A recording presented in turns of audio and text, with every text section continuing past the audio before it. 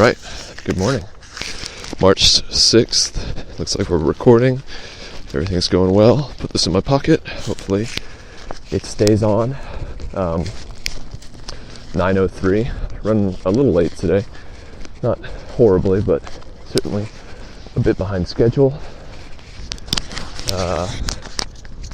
This is going to be a little bit of a rant to begin with. Let's see. Oof, it's cold out here. 30 degrees this morning.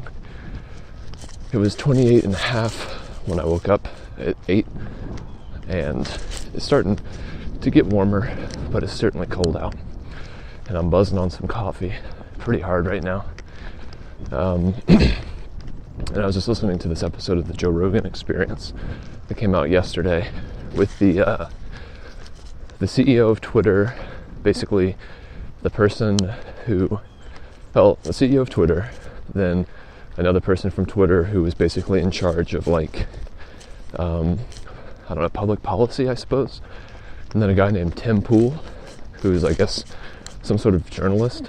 I'm not really sure what his credentials are. I didn't look it up, but it's one of the most engaging episodes of the Joe Rogan show that I've ever listened to, because it pretty much directly interacts with what I do in my position at my job, or at least it doesn't really interact per se, but it's the same sort of practices that they're discussing, like basically regulating content and policing users against the terms of use that people agree to in order to use the platform. And it's very frustrating to listen to it, because this guy Tim Pool, and I'll link to the episode, I guess, in the show notes.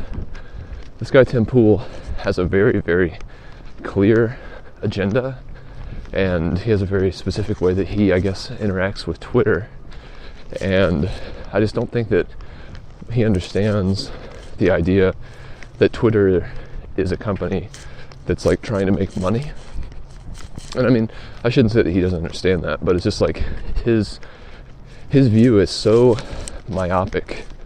Like he stated his thesis statement several times during the conversation with these people from Twitter, that basically there's like this bias in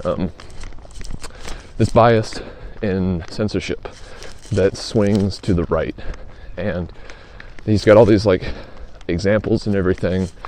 And I'm just thinking about like how our company handles similar situations and instances, and it's just so like not politically based. It's just like I'm tempted to say it's like based on the greater good. So like if you had a group of elementary schoolers, and you had one that was like, I don't know, being mean to the others, like you would separate them for the greater good. And so similarly, like when we find people who are breaking our terms of use, again, which you have to agree to in order to use our platform and our service, and also, it's not compulsory to use any sort of internet-based service like Twitter, Facebook. You don't have to do that, but this guy Tim Pool is insisting that like Twitter is revoking people's freedom of speech, because when they censor someone for hate speech, they're essentially saying that they can't be a part of the discourse, and they are withholding their First Amendment rights. But Twitter is a private company with its own terms and services that's not compulsory to use, and that you have to agree with the terms in order to even sign up. So it's like, I don't know, it's very frustrating for me, and I'm definitely not on the side of Tim Pool, because he's just so entrenched in this biased view, and his agenda is just dripping over everything he says. Because I think he does capture a very true part of his Twitter experience, and probably the experience of many, many people on Twitter. Personally, I never got into Twitter.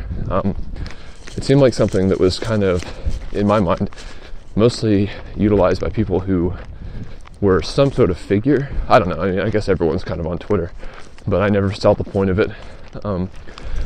So I don't have experience using it a lot. I hope this wind isn't really messing with the microphone, but I think the microphone has slipped down. Yeah.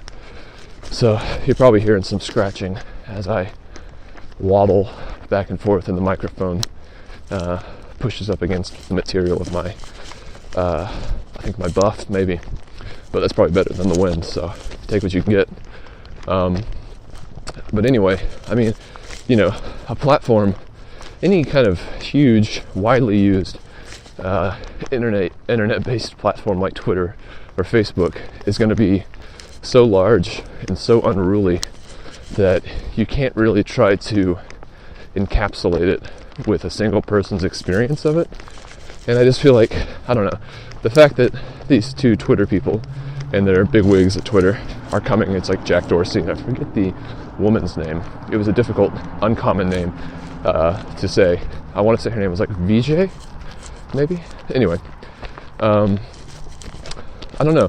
I just feel like Tim is being pretty unfair to them, because I mean, they're having this conversation with him, and I feel like they're being very reasonable. They obviously have to kind of couch their language for the same reason that we would have to at my technology company. Because first of all, you don't want to say something that can be taken the wrong way, so you have to use very neutral language and very, like, you know, non-offensive terminology, pretty general and vague, which is unfortunate because I know it's not what Tim wants. But you also have to protect your own proprietary security models and, you know, your protocols, because if you tell someone how that system works, then there's more of a chance that they can game it and abuse it, which obviously is the whole point of the conversation to begin with.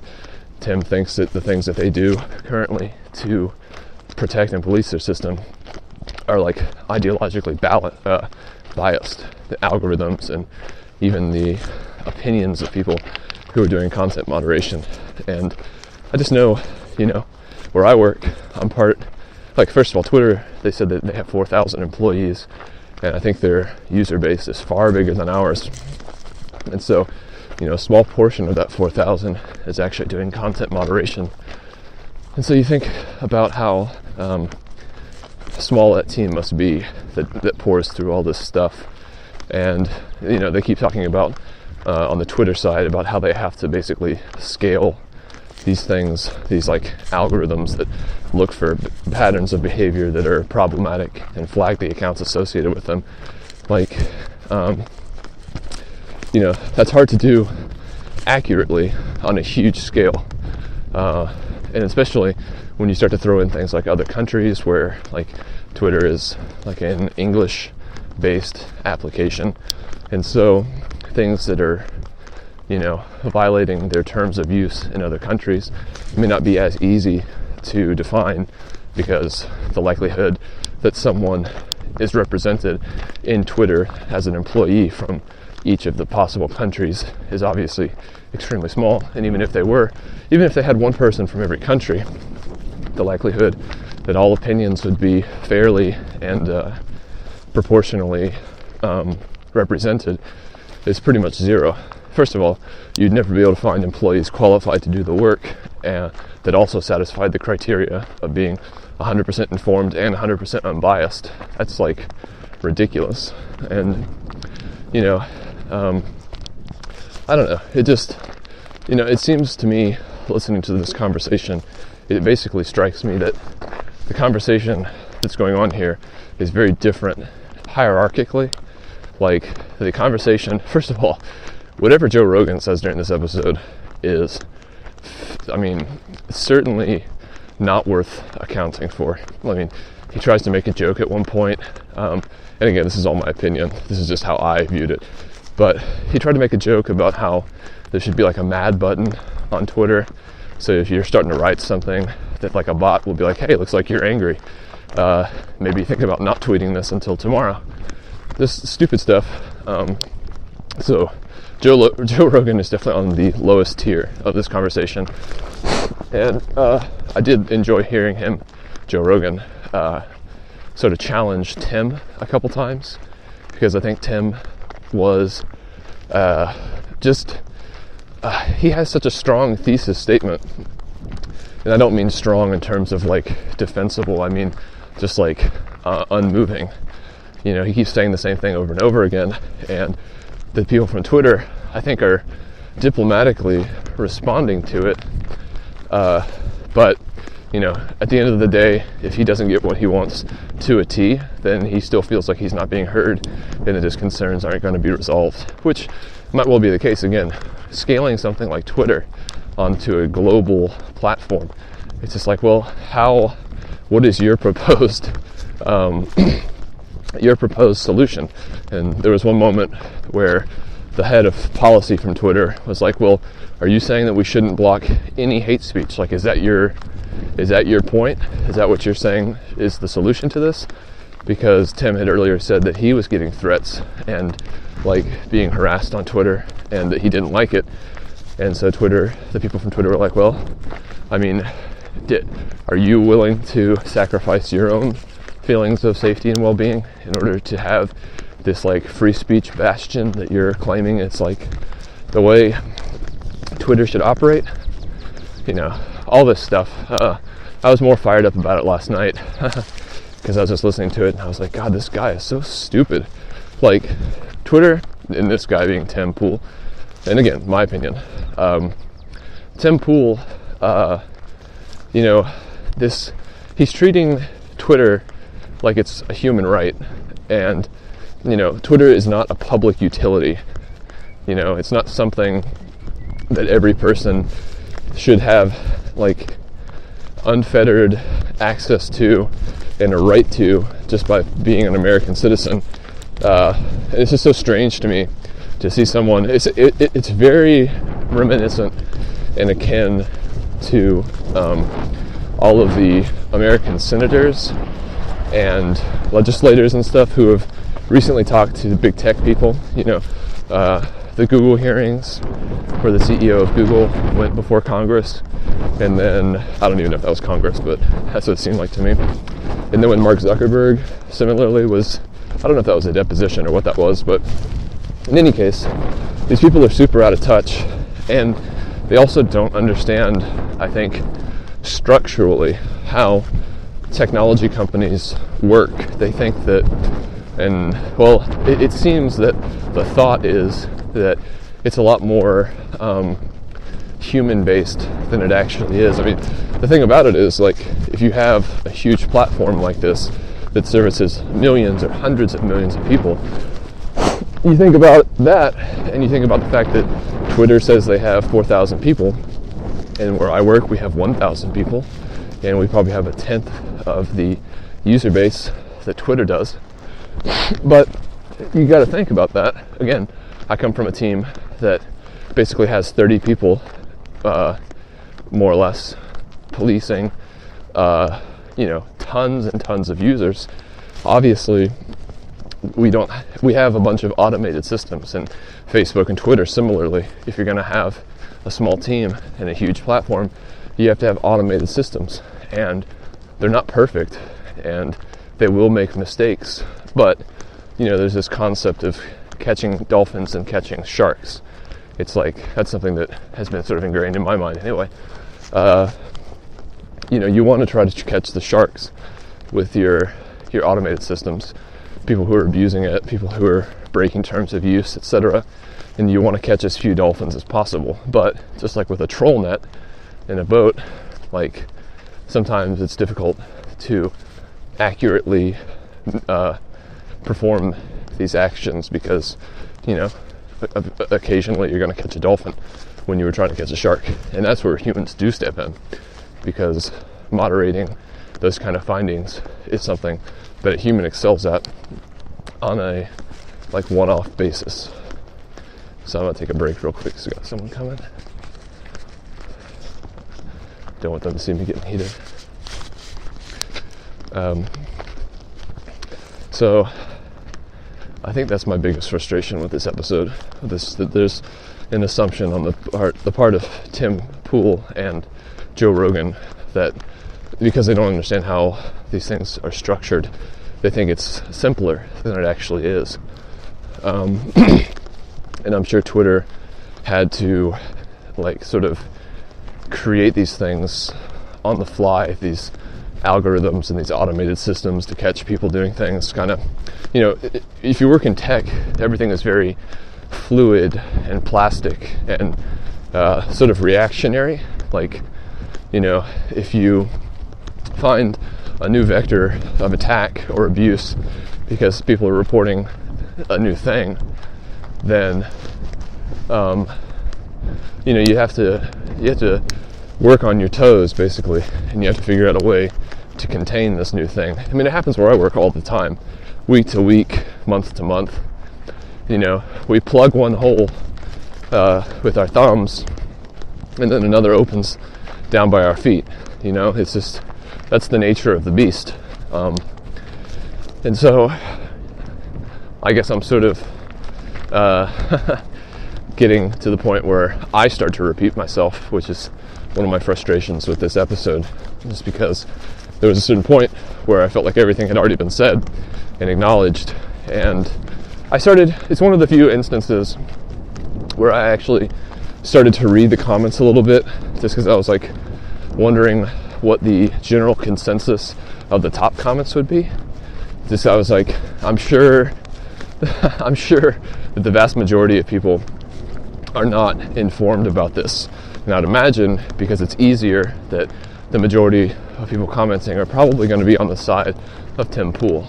And I only read like the top 5 comments or so, but that seemed to be the case. People making these broad, sweeping statements about how, like, I don't know, commenting on the way the people were talking, not like necessarily what they said. Another person.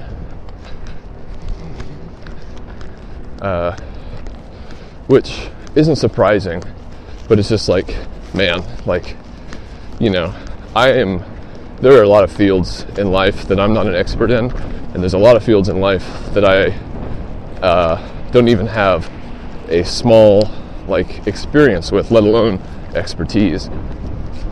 And I think people resort to, like, an Occam's razor approach, not even consciously, but just like they think about how a system that's extremely complicated and hard to fathom must operate based on the way they understand things to operate. And it's just like contemplating, like, vast distances in space. Like, you can't really do it. Or trying to contemplate huge numbers. Like, the human mind just isn't made for it, really. And so you simplify things so that you can try to understand them. And, when you simplify something that big to an idea that's like as simple as someone pushing a button, that's where things, I think, go off the rails, because then you become entrenched in the idea that you are right because you intuitively understand something that you just don't. I mean, there are aspects to the place that I work that I am not informed about, have no idea how they work, and they're all kind of disjointed. Every department at the place of my work, I mean, we all communicate for sure, we create a cohesive product, but there's not expertise throughout our company in who does what and how. It's just like the human body, you have all these disparate, like, systems working independently that together create something singular. And you can break it down, but ultimately, I don't know, complete communication and transparency is difficult. Anyway, that's my time for today. I downloaded another Snarky Puppy album before I left. I think it's the album preceding Ground Up, which I've been listening to a lot recently. So I'm going to throw that on, give it a listen, and see how it goes. So I'll talk to you tomorrow. 24 days till the trail. Bye for now.